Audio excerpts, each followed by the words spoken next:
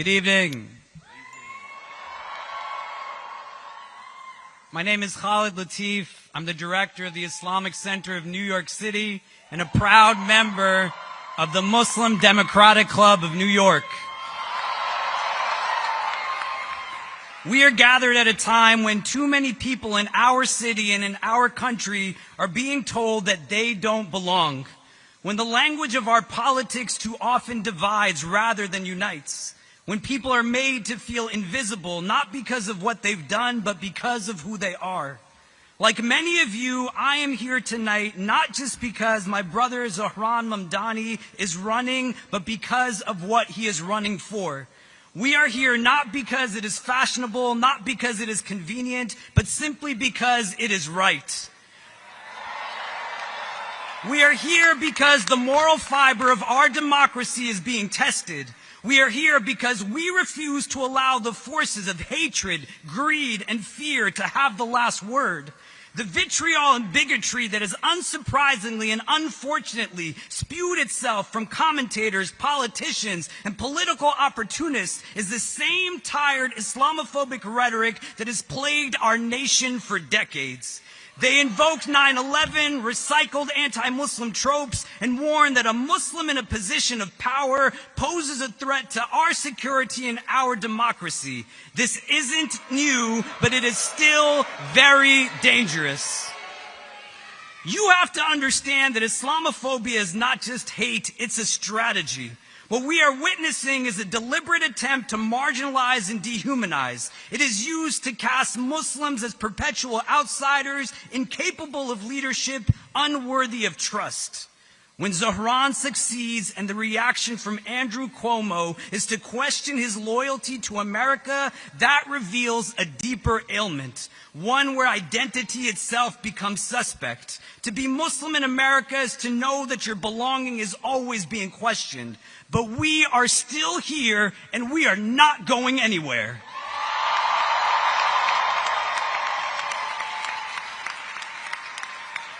The same forces that target Muslims are also targeting immigrants, the working class, the homeless, black and brown people of all kinds. Really, anyone who comes from underserved and underprivileged backgrounds, especially those amongst them who dare to speak truth to power.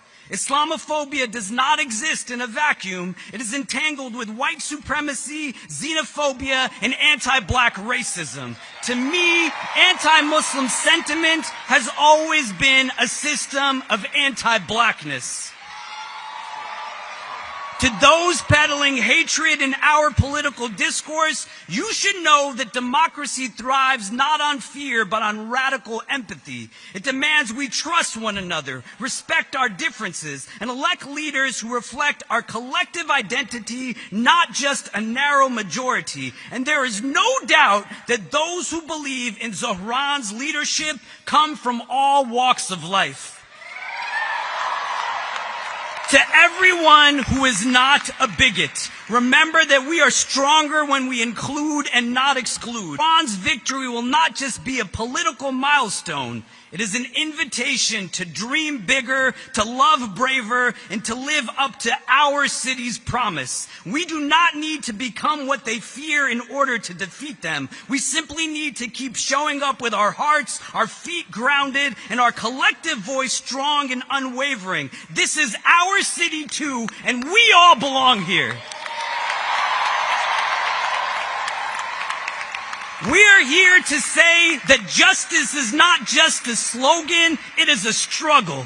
That love is not just a sentiment, it is a commitment. That every human being, no matter their faith, their color, their gender, their income, or their immigration status, has infinite value and unshakable dignity.